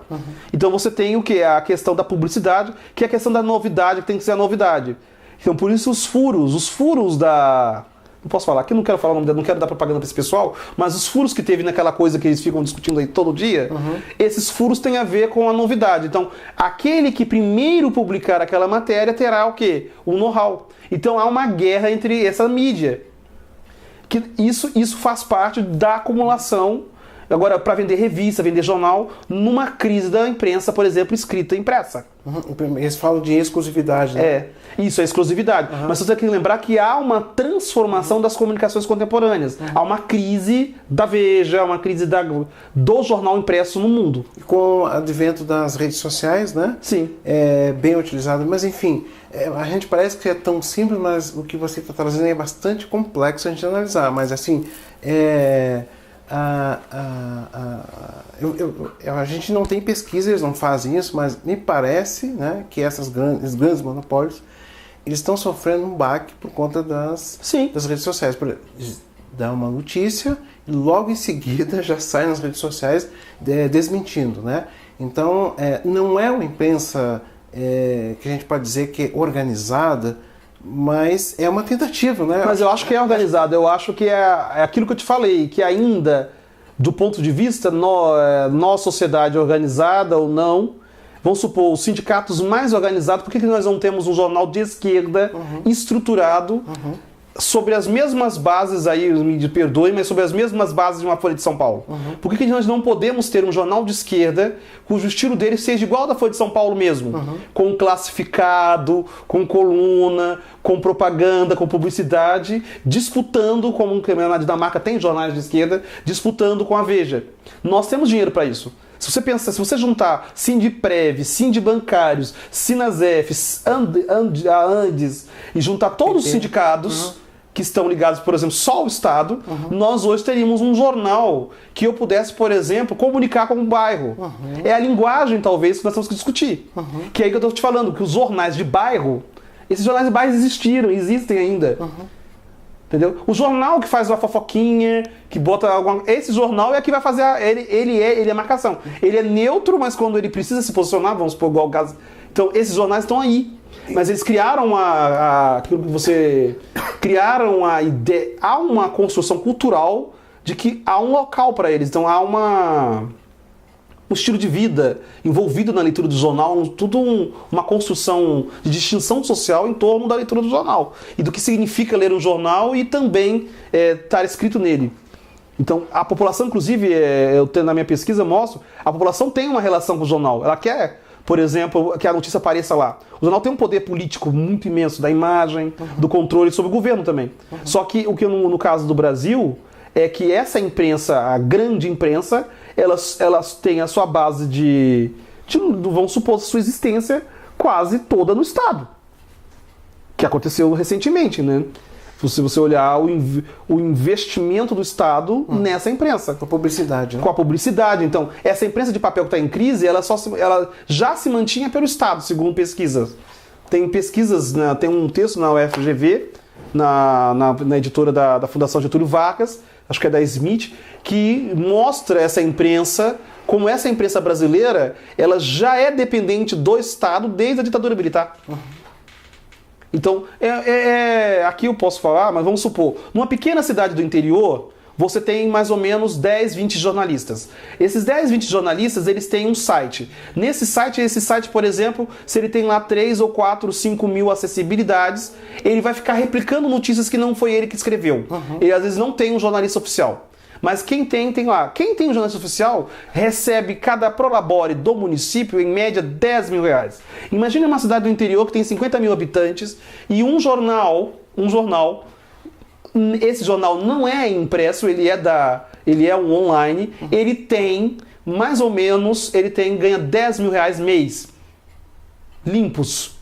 Da prefeitura, da Câmara Municipal, ele recebe da prefeitura, oficialmente ele pode até receber da Câmara Municipal, e ainda os pouquitos que ele recebe de cada vereador, que quer a sua foto aparecendo ali. Quem faz o impresso em uma cidade do interior, uma cidade maior, e traz. Então veja, quando o governador, eu estou contando uma história que é real, depois o pessoal vai saber de onde é, quando o governador, por exemplo, ele chega naquele lugar, ele manda mais R$1.000 para cada jornal, para que aqueles jornais noticiem sobre ele e não tenha nenhum problema. Então, tipo assim, nós temos que partir do local, que é essa que é uma discussão que é aí que eu estava te falando, escalar. Nós temos que os problemas têm que ser pensados na escala. Então, nós queremos discutir corrupção e não vamos à Câmara Municipal. É fácil falar mal da Dilma, do Temer, porque eles estão longe. Eu quero ver quem fale mal do presidente da Câmara, que mora ali do lado. Eu quero ver quem fale mal do vereador. Ou quem fale mal da diretora da escola. Porque aí a diretora da escola, ela está no cotidiano. Eu sempre costumo dizer que... Por que as pessoas têm problema com a questão de gênero? Porque a questão de gênero pressupõe mudança do cotidiano. Ela não pressupõe uma revolução. Você não vai ocupar. Eu tenho que não usar categorias negativas contra alguém no cotidiano. Eu não poderei mais fazer a piada no jantar. Então, isso é diferente, por exemplo, de eu falar mal da Dilma. A Dilma não está aqui para ela dizer que eu sou contra ou a favor. Então, é no campo da escala. Então, quando nós saímos na escala do município, então vamos ver no município como está a imprensa no município. No município, a imprensa local, ela vive do dinheiro público. E ela é um diário oficial do município. E aí, às vezes, tem uma brincadeirinha que fazem aí. Eles fazem uma brincadeira, tipo, batem, quando tiver uma imprensa batendo em alguém, gente, quando tiver uma imprensa batendo em alguém, Essa imprensa está batendo, às vezes, muitas vezes você está entrando na querela, mas essa imprensa está batendo para ganhar alguma coisa a mais. Aí o prefeito dá um jantar, dá uma festa. Então, essa imprensa, ela funciona assim, ela está ligada, de alguma maneira, a um poder. Né? Ela tem, então, isso, quer dizer, no plano local. Então, nós usamos imprensa no plano local ainda. Por mais que a gente diga que a imprensa de escrita está acabando, não sei o quê, mas no plano local, no interior, a imprensa tem um poder muito grande, principalmente a imprensa ligada à internet. Então, a imprensa regional é uma das grandes descobertas com o processo de globalização. A mídia regional. Nós precisamos nos ver nas regiões, entendeu? Então, quer dizer, a imprensa, a TV brasileira, ela era regional. Com a modernização conservadora, com o processo da transformação técnica, ela se tornou nacional. Então, ela se nacionalizou com o sistema de comunicação, Embratel, Telebrás, aquele negócio todo. Agora, os regionais aparecem nessa TV? Os nossos problemas? Então, tipo assim, é claro que a psicosfera produzida pela televisão afeta a subjetividade e, por exemplo, essa sensação que nós temos que está tudo destruído, que não temos nada, que está tudo... Isso é produzido, é uma subjetividade, é uma produção de subjetividade. Há uma produção de subjetividade, possivelmente, da televisão. Uma representação dessa... E aí, só para terminar, Paulo, eu acho que eu estou me excedendo, que é importante, né, a gente pensar que a televisão, o jornal, é um recorte, é uma produção. Esse texto jornalista é uma produção. Que eu acho que é aí que a escola entra fundamental. Como pensar... Então, tem alguém na rádio ligando para você, Paulo. Peraí. Como pensar, Paulo, aí que eu acho que a escola é central. Né? Como escolher a boa informação, como escolher um bom site, como pensar. Porque talvez essa que é a estratégia do texto narrativo, do texto informativo, produzido atualmente de maneira acelerada. E aí, quer dizer, apelar por emocional, ou seja, apelar para, de alguma maneira, para persuasão e no discurso de que ele é neutro, nos tomar. E aí nós não discutimos, porque está dado, é fato, é ladrão, é não sei quem, é isso, é aquilo, e aí nós de alguma maneira, não discutimos o contrário, não discutimos o oposto. Não há direito, no caso, na atualidade, então, vamos supor, não há direito à divergência. Há um monólogo e não há debate, porque não há direito à divergência. E outra coisa, não há diálogo, porque o outro não tem direito aquilo que ele fala, não tem direito a ser verdade. Então não há diálogo. Porque se pressupõe que os outros que vão dialogar já são criminosos, já são culpados. Então então isso é um problema, não tem diálogo hoje. Né? Qual o debate que você vai na imprensa em que você tem realmente um debate? Mas isso é claro que eu estou falando contemporaneamente. Ainda nos anos 80 você tem muita coisa acontecendo, você tem ainda vamos falar assim, um vigor. Havia uma grande, talvez isso é o brilhante dos anos 70, 80, havia um clima gigantesco da possibilidade da mudança. E essa possibilidade da mudança não era só inscrita, isso que eu estava dizer para você, Paulo, da questão só da intelectual. Havia uma crença, inclusive, popular, que também estava ligada à imprensa. Nesse momento, por exemplo, quando a Globo, de alguma maneira, a primeira visão da Globo era a tentativa de impedir a eleição do Brizola, na questão do Consult lá, e também a Globo quando ocultou as diretas já. A Globo ocultou as diretas já. Mas mesmo ela ocultando as diretas já, havia um clima social de que havia uma percepção de que o Estado brasileiro tinha que prover a população de cidadania, tinha que resolver. Essa ideia é ainda vigor. Por que as pessoas foram nessa greve de final? Essa greve está ligada a isso. Quem cuida de nós? Houve uma festa, todos festejaram e não sobrou nada para nós. De alguma maneira essa é uma relação. Eu tenho professor de antropologia aí. Quer dizer, o que sobrou para nós do banquete? Quer dizer, e isso está quer dizer, esses pobres, as pessoas, seja de qualquer classe social, a classe média, os pobres estão discutindo isso. O que sobrou nós desse banquete? Para nós sobrou o que desse banquete? E aí quando você fala em mexer em aposentadoria e trabalho, você está mexendo em valores morais fundantes do país. Que foram esses valores morais, inclusive, que mobilizaram até 88. Porque em 88 nós alcançamos, por exemplo, a aposentadoria rural. Isso é interessante, né? As pessoas estão esquecendo disso. Que em 88 foi estabelecido, né, o campo ganhou cidadania, no sentido de você constituir, por exemplo, a aposentadoria rural, que é hoje discutida como por exemplo, o problema da Previdência. E recentemente... Foi um resgate de cidadania. E a questão da desempregada doméstica, que é carteira assinada e tal, Sim. que infelizmente a gente... Que foi hoje um grande direito conquistado recentemente, né? Mas a ideia do abandono, do desamparo, essa questão do desamparo e do abandono, ela é fundante entre as camadas populares. Quem cuida de nós? E claramente, se a solução pode ser... Por isso que a gente não consegue entender por que em determinados lugares a solução pode ser a violência, como forma, por exemplo, de dar paz àquele lugar e à população. Né? Como é que se constitui o amparo? Né? O amparo social, a ideia de... E isso agora me imagine, mexer na Previdência e no trabalho é um desamparo social de extrema. Minha mãe está desesperada em casa toda hora que falam que vão mexer na Previdência. Agora imagine no interior, que metade da cidade é de aposentados. Então essa mobilização, por isso que eu falo que a esquerda tem que pensar, a esquerda brasileira tem que ser mais profunda na camada popular.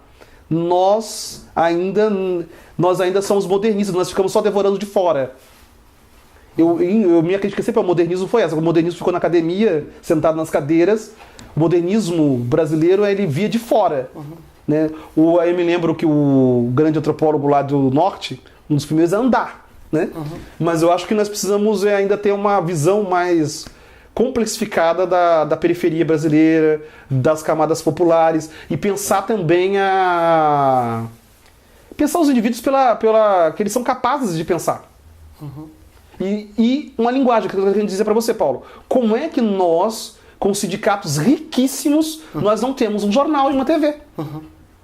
Entendeu? Desde os anos 80. Por que nós... Não estou falando de sindicatos ricos. Não estou falando de sindicatos que não têm um dinheiro. Você imagina o Sindprev. Nós falando ainda os sindicatos que são da escala dos juízes, que são tem ainda os sindicatos mais ricos que nós brincamos, né? Que tem a linha ainda mais à esquerda. Você imagina se essa esquerda tivesse um jornal. Então será também que nós somos só vítimas da Globo? Ou nós também não nos orientamos a constituir uma linguagem? Outra coisa, qual linguagem nós vamos...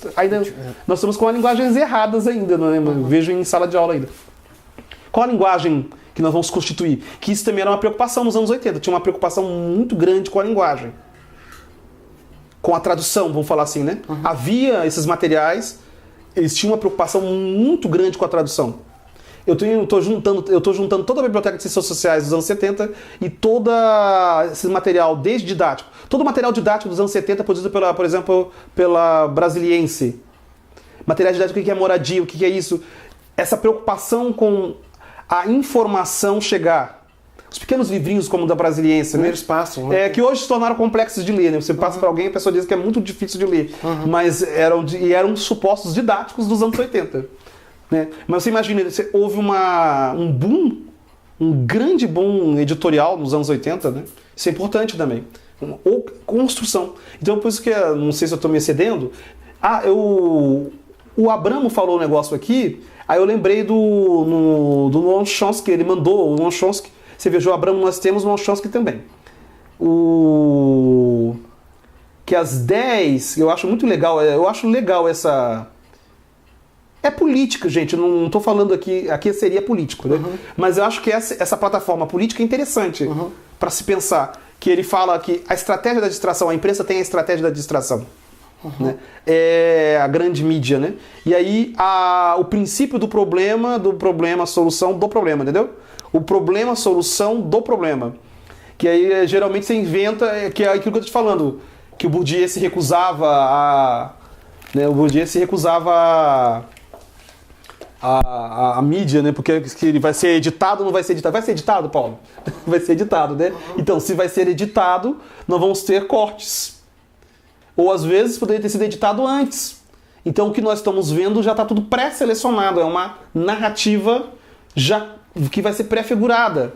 Então você convida alguém já dentro de um eixo, né? Isso que eu estou querendo te falar.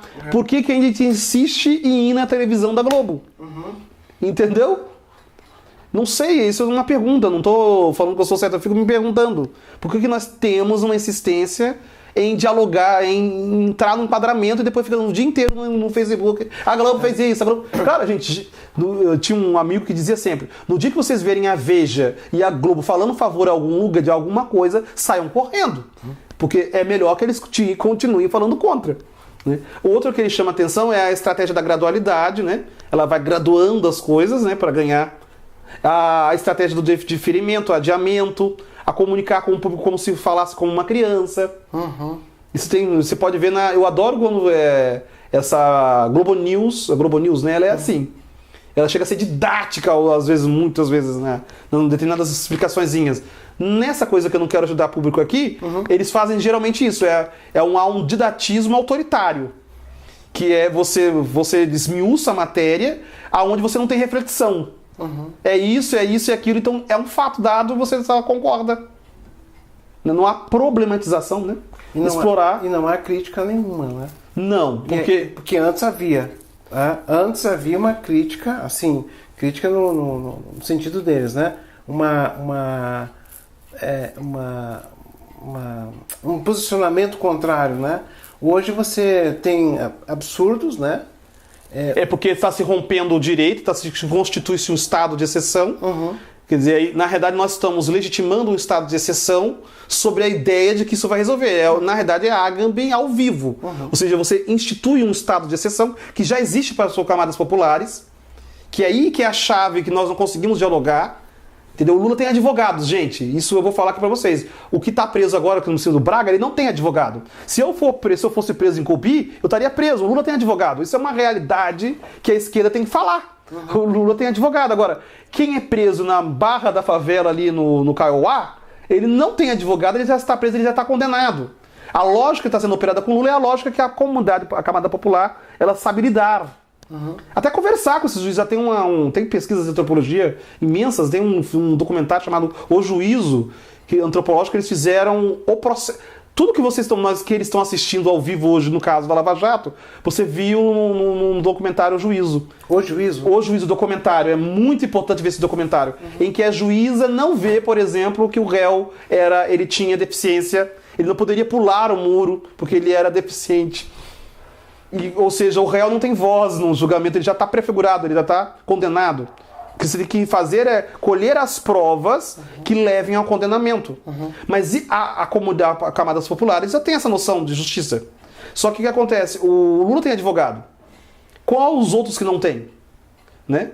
Claramente que esse é o que vai entrar. Está acontecendo muitas outras coisas. É que a questão também do ocultamento. Você vai ter né, ele é uma figura, ele vai estar aí discutindo, mas e os outros que não têm direito nenhum, né? Comunicar. A outra coisa que é explorar a emotividade, que eu acho que é uma discussão que nós temos que... A emoção no centro da política, que é o que nós estamos vivendo, que é um tema muito que a gente tem que abrir os olhos, que é a emoção, que é a paixão política, e na paixão política não tem você alimenta não a reflexão, né? Que é isso que é o deslocamento que nós estamos vivendo. Quer dizer, e quanto mais nós polarizamos, mais a paixão política vai tomando o espaço, e aí nós podemos, né, que é uma discussão, a manter o público na ignorância, segundo o Noam Chomsky, né, na ignorância, porque aí você vai fazendo as matérias, a matéria ela vai sendo produzida, na matéria, ela, na realidade, ela vai sendo produzida para conduzir o seu raciocínio, né? Então ela vai esmiuçando. Então, às vezes, não vai. A nossa ignorância é que nós vamos continuar lendo só aquela matéria. E depois passamos a querer discutir no boteco, tudo mais. Tem a questão do símbolo e da cor, né? Se você usa vermelho, você já está de um determinado... Isso é um problema. Né? Então, imagina a quarta-feira. A pessoa não pode andar de vermelho, porque senão você vai te jogar. Mas Paulo, imagine no Rio de Janeiro que isso já era real para quem mora numa favela, que ela é governada por grupos de criminosos diferentes. E determinava a sociabilidade sua. Então, se você vai para uma favela que era comandada pelo Comando Vermelho, você estava abaixo se eu estivesse vermelho, mas se eu estivesse indo por um ADA. Então, essa experiência, ela já existe no Brasil. De que você se coordena a partir desses grupos, códigos, né? Desses códigos ligados a definições do território. Né? Quer dizer, o assunto mais importante desse país a gente não discute, que é a promoção de direitos. O aviltamento do direito civil das elites agora, supostamente aviltamento, não sei, porque a pessoa tem imprensa, a pessoa tem avião, a pessoa tem cela Se era especial, não sei se é habitualmente o direito civil dele. Mas dos outros, nós não temos, nunca tivemos. Porque a grande discussão no Brasil é como nós vamos promover o direito civil de todos. Como o direito civil vai ser para toda a ordem legal, será instituído a todos, né? Eu não sei se nessa campanha aqui atual, a impor modelos, né, que é o que ele chamava atenção, eu acho importante isso aqui. E a autoculpabilização. Isso aparece muito nos jornais mesmo, né? Autoculpabilização. E para terminar, os meios de comunicação sabem, isso é que ele chama muita atenção, né? Que às vezes é o que nós vivemos. Não, eles já sabem. O meio de comunicação se apresenta como mais sábio, né? Do que as pessoas. Então ele sabe mais do que você. E tem uma informação a mais, né? É como o grande oráculo do século, né? O grande oráculo do século. É claro que essa imprensa que vocês estão vendo agora, que vocês me pediram para falar, que não é minha área, né? Mas essa imprensa, esse processo, né? Nos anos 80, por exemplo, eu encontrei na minha pesquisa reportagens quase com qualidades, que vamos supor assim, com uma qualidade de reportagem imensa, entendeu? Com preocupação, com pesquisa. Isso aí é que está se desmoronando na imprensa atual. Quer dizer, você não tem mais um grande jornalismo na imprensa, da grande imprensa. Porque ele está marcado por essa lógica do vender mais revistas, manter a exclusividade, matérias rápidas. Então a matéria tem que sair imediatamente, você tem um furo que você tem que ser o primeiro a dar, e isso está ligado a uma lógica de... Então você não vai ter a preocupação com o trabalho, então a precarização do trabalho do jornalista. É porque nós também temos que tomar cuidado, que acaba que a gente vai trabalhar no senso comum, quase como se o jornalista também fosse um criminoso. Né? O jornalista, não uma pessoa, a pessoa, né? Mas é como, na verdade, as relações de trabalho que se dão. É claro que para trabalhar em tal jornal, por exemplo, no caso, a Gazeta e Tribuna e Vitória são o máximo do topo. Então você vai ter a censura do jornal e também as questões ideológicas do jornalista. Então isso vai estar sempre tensionando, gente. E a pessoa tem que comer, tem que beber, tem que viver, então você vai estar tensionando. Mas neste ambiente de trabalho, qual a qualidade do jornalista contemporâneo? Que é do professor, que são todas as profissões intelectuais hoje, elas estão vivendo sobre ataques das condições de trabalho. Porque você pensa, você vai na livraria, você pensa, você vai comer, ou você vai comprar o livro, aí quando você pensa que você vai olhar um livro que você quer comprar, ele custa R$600. Eu fui ver um livro para comprar, ele custa R$600 porque não tem tradução. E aí esse livro é raro e esse livro não tem nem para vender na cultura. Aí eu fui ver, ele tem R$600 o livro. Aí você tem que pensar. Então, o que eu estou querendo dizer, então, há movimentos, né, de jornalistas, há um campo se constituindo. Eu acho que nós temos possibilidades. Mas eu acho que a função da escola, não sei se é função, mas nós que estamos na escola, independente do que ela é, se nós pudermos fazer outra coisa. Por exemplo, eu não vou usar a Veja na escola. Se eu usar, eu tenho que usar para outra coisa. Né? A Veja na escola, você lembra da Veja na escola? E que quando democratizar a Veja, não será que não tem muito, eu não estudo isso, mas lembra, quem talvez não tenha memória curta, lembra que tinha um Almanac Brasil que era comprado e continua sendo comprado no centro de São Paulo. Esse almanac era comprado pelo Estado. Depois, quando, acho no governo Lula, houve uma democratização da compra de revistas na escola, que pluralizou revistas na escola. Porque antes era só uma revista que tinha na escola. Me lembro dela. Porque se não me lembro, essa escola nova não é da Abril também, não é? Nova Escola, não é da Abril? Então, a Nova Escola era da Abril, a Veja era da Abril, e aí vendiam tudo na escola. Eram pilhas que o Estado comprava. Isso nós temos que discutir. Mas eu acho que nós temos que pensar como romper o monólogo. E aí você está de parabéns que você... É isso que eu falo, que talvez nós não podemos, talvez querendo atribuir... Que é isso que eu chamo a atenção. A gente não pode dispersar as experiências das pessoas. Eu acho que isso nós, historiadores, quando ficamos muito presos a um determinado paradigma de estudar história, muitas vezes ficamos preocupados qual é o movimento que marcará a história. Qual é a grande história. É isso que eu falo com meus alunos todo dia. A grande história pode estar do lado da sua casa. Eu acho que o historiador tem que ter essa preocupação também. Essas micro-histórias, essas coisas que pipocam por aí, elas podem supostamente não estar cruzadas na transformação do mundo, mas elas existem. E elas precisam ser narradas. E isso também é importante. Não que nós vamos fazer disso a verdade sobre o mundo, que a microhistória vai resolver o problema do mundo, não é isso. Mas eu acho que nós podemos também dar a vazão a essas experiências. E aí sim nós vamos ver meu pai, meu avô, nós vamos ver como sujeito, tá nos jornais da graça, isso eu tô querendo dizer para você. Nós não vamos ver o povo mudo, porque você vai olhar os jornais populares, você não vai ver povo mudo, não tem povo mudo.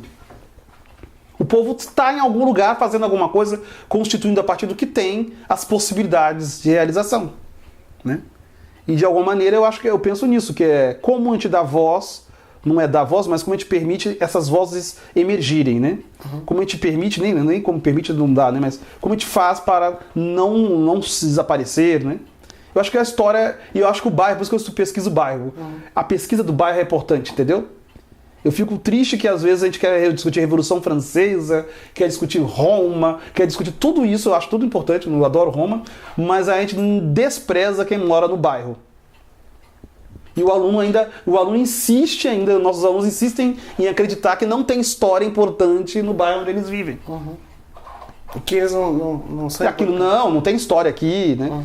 E aí quando você começa a associar que o avô dele veio porque houve uma migração e que o avô dele veio, ele teve que trabalhar numa fábrica, essa fábrica, aí ele começa a ter um outro painel, que tá todo mundo junto, tá todo mundo, né? Qual é a história mais significativa, né? E acho que os jornais, se lidos a contrapelo, podem nos dar essa história. E até mesmo se não tá ali, Paulo, eu acho mais importante, se não tá falado, se não tá enunciado, é aí que é a função dos historiadores ou dos cientistas sociais de dizer por que não está ali. Mas nos anos 80, das invasões de terra, as mulheres que emergiram, né? Boa parte da luta social desses movimentos são de mulheres. São as mulheres que estão lá pedindo o posto de saúde. Eu tenho fotos, isso eu também depois quero pesquisar. As fotos dos jornalistas, eles focam as mulheres. E geralmente elas estão de lenço. Mulheres, todas as fotos, eles sempre estão focando o lenço, quer dizer, a questão do trabalho. O lenço, a humildade, quer dizer, há um olhar e há uma projeção. Porque é interessante o jornal, gente. É pensar qual é a perspectiva dessa narrativa. Que às vezes as pessoas não aceitam. Mais do que de discutir se é verdade ou não o que a Veja está falando, qual é a perspectiva. Porque às vezes a pessoa, quando a gente vai falar, mas e aí? Aí a pessoa começa a discutir se é verdade, não, mas e qual é a perspectiva? Quem escreveu? Por que escreveu? Qual a situação? Quantas páginas teve? O número de caracteres altera.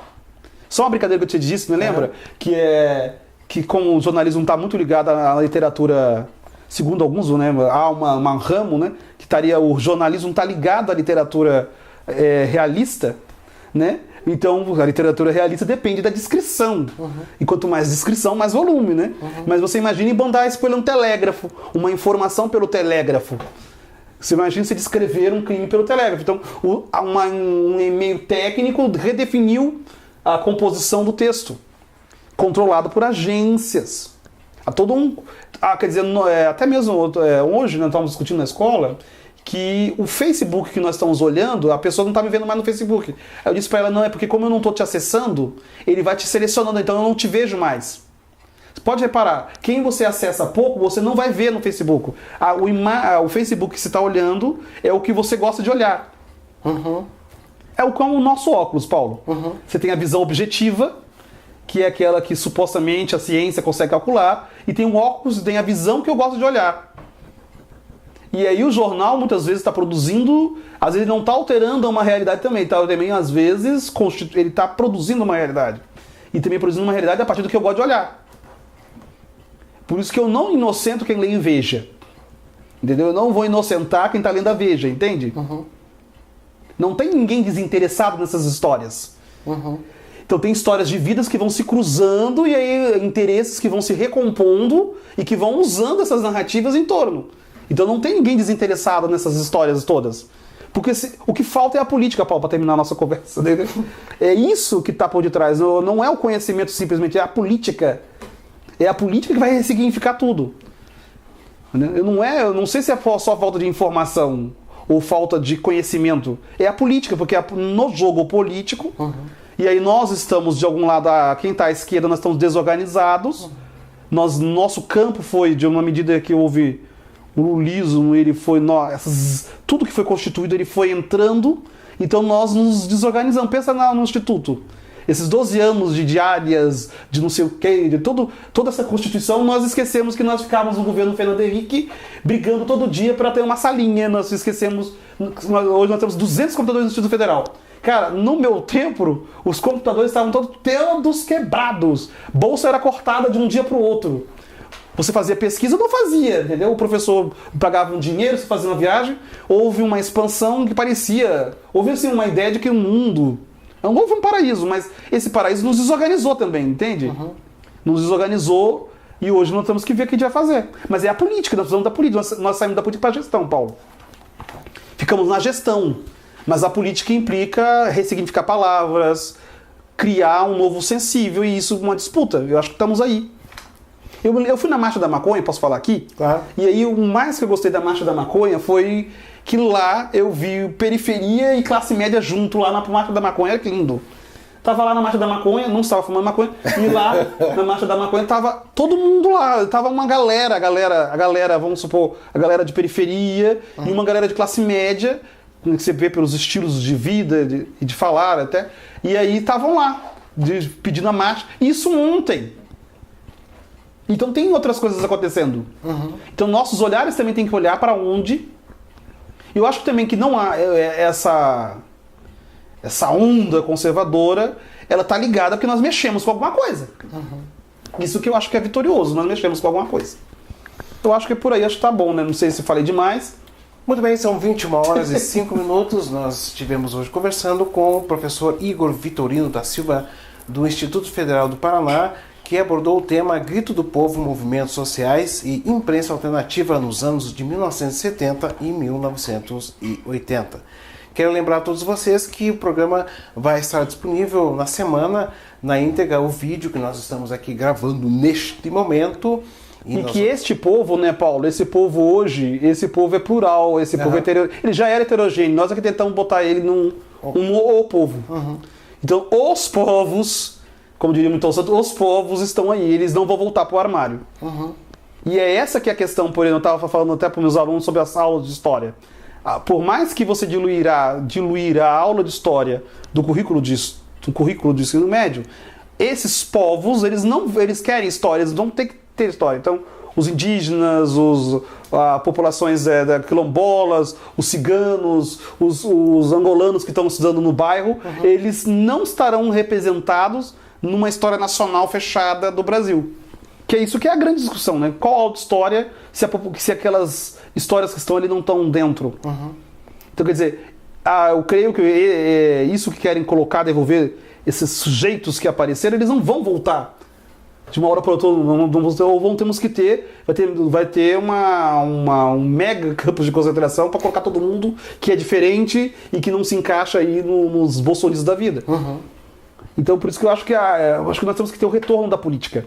E combater e combater também a escola sem partido, né? Claro, e o retorno da política enquanto contradição. A política é a presença do dissenso, é a presença do contraditório, que não há nessa mídia e não há nessa sociedade. A nossa sociedade não aceita o conflito, a existência do conflito, né? Essa luta incessante por exemplo, esse reducionismo a tudo, a populismo, é justamente isso, essa busca de reduzir o conflito, de impedir o surgimento de sujeitos, né? Quer dizer, a história do Brasil é uma história de impedimentos de sujeito, quer dizer, impedir sujeitos de emergirem no plano político. Há uma tentativa de desmontar cenários, né, que existem, entendeu? Então ali que são cenários políticos. Então, impedir sujeitos. E políticas produzem sujeitos. E eu acho que nós estamos mais política. Eu estou com fome de política, é isso que nós temos que ter. Fome de política. E aí a política, não estou falando política partidária, estou falando tudo. Que o debate, a busca do dissenso, a possibilidade dos contrários existirem, serem respeitados enquanto diferentes e não com uma tolerância, entendeu? Não um cantinho ali. E é a polifonia que institui a democracia. A democracia é isso. A democracia é bagunça porque ela é o lugar dos contrários. Não tem pouca, né? A democracia é conflito, como diria lá o Jacques Rancière. Mas para isso eu indico o livro do professor Roberto Gomes, Razão Tupiniquim, que ele... Amo esse livro. Um capítulo que ele vai falar justamente disso, né? Da ausência do conflito por conta do jeitinho, né? Então, se você num debate exalta a sua voz, você acaba... as pessoas acabam vendo que você está exaltado, que você, né? Você não é o politicamente correto, então é o jeitinho, então você tem que ter uma voz suave. Artimanha, né? Então, isso impossibilita o debate. Eu acho que eu li esse livro quando tinha 17 anos, eu amo esse livro. E tem um capítulo que nós temos que não podemos esquecer, que é a questão da abstração, da linguagem empolada, de uma linguagem separada da vida, que ainda marca muito, é muito presente no Brasil. Ele vai falar, tem um capítulo, razão ornamental, né? Isso, se eu não me engano, é o capítulo 3 ou 4, é razão ornamental, quer dizer, então nós fazemos esse olhar exógeno, né? O que vem de fora tudo é legal, e acabamos criando uma razão e acabamos... O que é impossível hoje, Paulo. As pessoas, aumentou o número de alfabetizados, aumentou o número de gente que lê, modificou a sociedade brasileira não é mais a mesma, e a representação que nós temos sobre ela é que está em choque. Nós queremos representar uma sociedade temos uma representação de nós que não condiz nem com o que foi produzido intelectualmente. É como, por exemplo, nós imaginamos a colônia e toda a produção intelectual sobre a colônia não condiz com o imaginário que nós temos da colônia. A colônia é um sucesso e não uma derrota. Entendeu? Nós temos a tendência de achar que a colônia brasileira é um insucesso. Não, ela é um sucesso. Ela gerou uma elite que governava junto com Portugal. Gerou uma elite que controlava o comércio negreiro. Gerou uma elite que, de alguma maneira, produziu um processo de transição que manteve um território sem fragmentação, que de alguma maneira postergou até o final a possibilidade de se separar de Portugal, porque ela tinha um projeto. Ela tinha um projeto de fazer Brasil e Angola. Então não se trata de qualquer projeto. Agora, qual é a visão que nós temos da colônia? Que é um bando de gente corrupta, simplesmente, que só tem gente corrupta, reduz todo mundo. Reduz os meeiros, os pequenos sitiantes, toda essa franja que nós estamos aqui chamando do Paraná. Nós reduzimos a história da colônia. Como que eu posso dizer que toda a colônia era corrupta, se eu não conheci todo mundo que estava na colônia? Então, a nossa a história do Brasil compartilhada ainda pelos brasileiros é uma história alimentada pela imprensa e é um tipo de história que não condiz com o conhecimento que nós temos hoje, né? Inclusive, o conhecimento mesmo historiográfico que contraponha, inclusive, até Gilberto Freire e outros. Entendeu? Porque nós ainda continuamos com Sérgio Buarque, Gilberto Freire, porque o avanço na pesquisa documental ele é imenso. Havia o que nós chamamos de Atlântico, e não simplesmente... Havia um Atlântico. Né? Correntes, aí você tem toda uma historiografia da população negra que remodifica o nosso imaginário sobre a condição negra no Brasil, na colônia, para além de pensar só do Alégio, eles são só escravos, o que eles deixaram aqui, quais são as culturas, o que chegou aqui de cultura, a própria criolização. Então, mas isso tudo, ele chega, quer dizer, nós temos esse fosso alimentado por uma mídia, né? Então nós temos ainda essa concepção de história que vigora, é uma concepção de história que não condiz com o que nós temos academicamente. Por quê? Qual é a divulgação de história? Ainda vamos entrar nos outros debates desse afastamento da academia e sociedade. Mas eu falo com meus alunos que a visão maniqueísta de que o Brasil é simplesmente um país colonizado por corruptos e que o problema dele é o Estado, não dá mais. Né? Que não é esse tipo de visão ainda que é só que leram só Faoro, leram só Gilberto Freire e leram Sérgio Buarque e acham que entendem da história do Brasil, não dá mais, entendeu? E aí quando você chega na sala de aula, boa parte dessa elite que utiliza essa história era o que? Uma elite formada por cursinhos de um determinado período que reduziu a história a falar mal de alguém. Nós vivemos esse problema por isso. Boa parte dessa elite que compartilha história, não é? Ela compartilha uma experiência de história, por isso que a história é muito importante, que tem a questão da experiência. Narrativas de história de um dado período, marcada por uma interpretação que era editorial. Né? O Marx que eles são contra não é o Marx, é o Marx das editoras, que faziam um tipo de narrativa que já estava, que não é hoje a narrativa hegemônica no campo de história.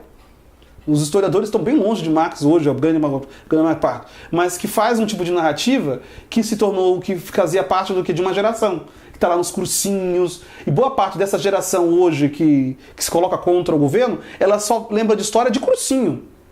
Porque qual é o grande problema da formação universitária? É que nós temos um descompasso no Brasil, né? Somos bons técnicos, mas desconhecemos a história do Brasil. Nem todos os cursos todos os cursos deveriam ter antropologia, história, e não tem. Uhum. E aí a visão de história é simplificada. Eu acho que tinha que voltar ao geralzão, que nós chamamos um ciclo único na universidade, em que a discussão, aqueles que têm, pelo menos do ponto de vista, vamos supor, inicialmente, a formação, tivesse acesso à história, à antropologia, à sociologia. Uhum. E o que não temos é o quê? A pessoa que passa por um curso, ela só passou pelo cursinho, acha que sabe história porque leu o Laurentino, leu não sei quem, e aí nós continuamos reproduzindo uma visão de história que não condiz ao departamento de história, por exemplo. Aos historiadores, profissionais, né, nós temos um conhecimento vastíssimo acumulado em 100 anos de universidade, vamos supor, imaginem, nós constituímos uma universidade em 100 anos, gente. Uhum. Que é uma coisa que qualquer um que vem aqui se assusta, né? O Brasil constituiu um campo universitário, vamos supor, a expansão da universidade se dá nos anos 70, a pós-graduação, o mestrado, doutorado. Então você imagina que isso tudo. Agora, nesse campo, então, essa simplificação histórica, ela está no centro do debate contemporâneo, é uma interpretação do Brasil que está em jogo, né? Simplificada nos dois campos, uma interpretação do Brasil, que mobiliza as pessoas e que a mídia tende a reproduzir. Então, quer dizer, o foco é a ideia de que são corruptos, então você tem uma trajetória que está levando nós ao que nós estamos indo para um caminho da limpeza, que supostamente a história do Brasil é a história da corrupção. E que nós reduzimos tudo à corrupção. Por isso que eu disse uma pessoa, minha mãe é lavadeira, meu pai era doqueiro, meu padrasto é amarrador, então como é que eu posso, meu avô foi doqueiro, meu pai é estivador, como é que eu posso reduzir que todo mundo é corrompido no Brasil? Pelo ver o que eu vejo, nós pegamos um ônibus e encontramos com trabalhadores. Então, é essa visão de história que está em jogo, né? E que nós temos que discutir. Muito bem. Já são 21 horas e 16 minutos. Foi um prazer receber. Falei demais, hein? O Igor Vitorino da Silva, do Instituto Federal do Paraná.